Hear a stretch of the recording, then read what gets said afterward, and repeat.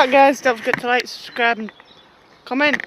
You're back to my channel, done in jiffy. My name's Kaylee, this is my allotment. Nothing yet from the manure bucket, but I heard that weed killer and stuff in here, but our horses eat hay, and our horses eat haylage, which is different to hay, which is processed a lot differently to hay. All the times I've had horse milk from the stables, I've never had problems with. So I brought my sunflowers up. Slugs have got to them in the greenhouse. I brought my kale back up.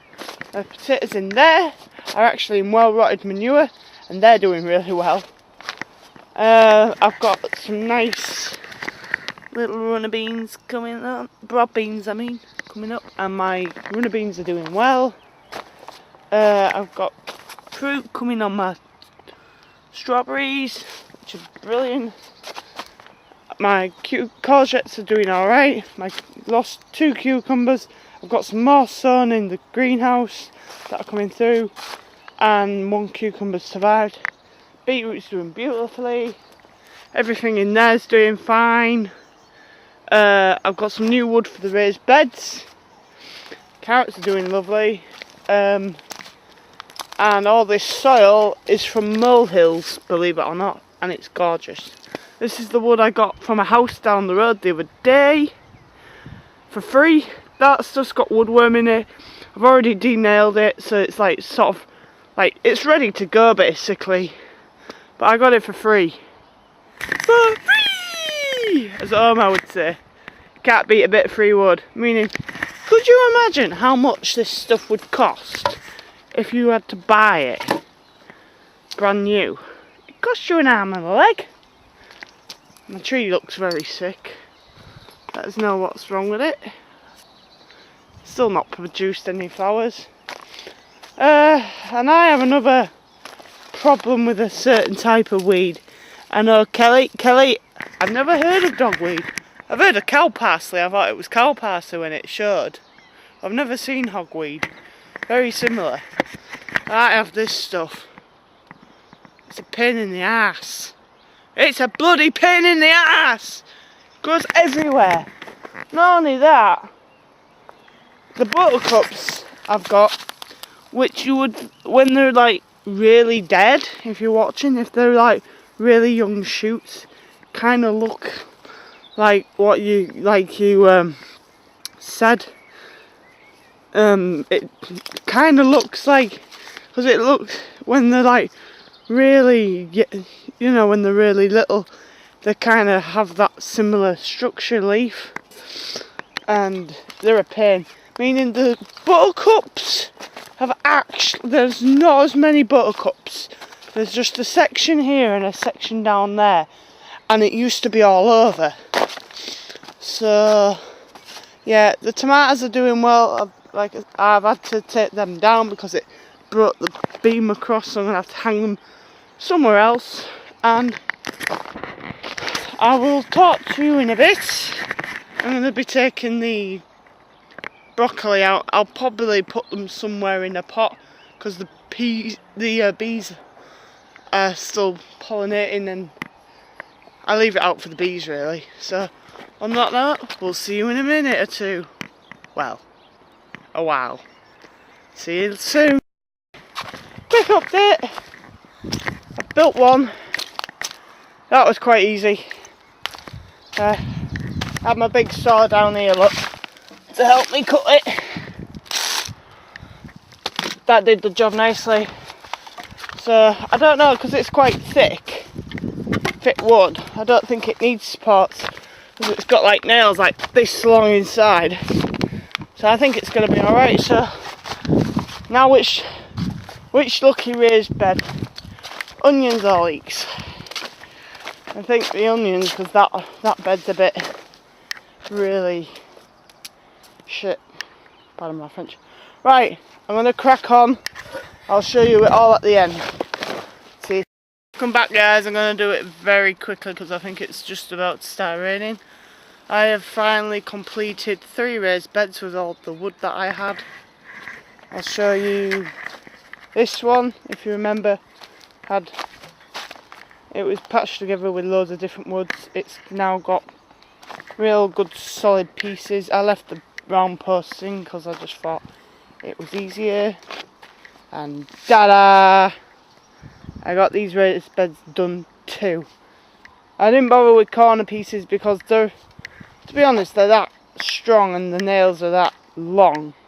They didn't really need it, but I didn't have quite a long enough piece on this side, so what I did was I used I only had short pieces, so I just did 2 short pieces and nailed a bit of the old raised bed that was there, because it was one decent bit of wood, and just nailed that to patch it, and it worked. I don't know what that is. That is a flaming snail. You can go way over there, Mr. Snail. Bye bye. Sorry about that. Put my small sunflowers in here. They seem to have lost the tag of what they were. Whoops. Did have the tag. Probably find it somewhere on the floor. That's them in. I put my large ones in here, and then I can put a trellis up. So yeah, I'm really pleased with them. And in here, I've had to move the tomatoes, like I said, because I still need to sort it out a little bit, but I've sorted that one out. I have got broccoli with a wool carpet round. It's a special wool carpet you can buy from B&Q. I've got kale in here with the usual sod granules. You know what's down there, lettuce, etc. But I've also done the same. The other week I dug this bed out of all the bindweed roots. I did the same with that and put a liner in. Let me just show you all the bindweed roots I dug out of that bed. It is massive. And I'm not composting them because apparently they don't rot, they just keep growing. This is all bindweed roots. This is how much I dug out. So when I had the bonfire, they're going to be burnt. I left them there so that the bees can still pollinate them because they haven't finished flowering, so I just put them in there. And there's some on the the compost heap, but they're nearly finished, so I just chuck them there. And as you can see, there's only that box and this box and this little box. They're empty now. And the big bag of dirt that I had from the moles, I've used it up. I have used it up on those 2 beds where the sunflowers are. It dug up a lot. I can't believe how much it dug. So anyway, I'm just going to wrap that up. I will take some pictures. You can go back in the video and watch, and see what the raised beds look like. But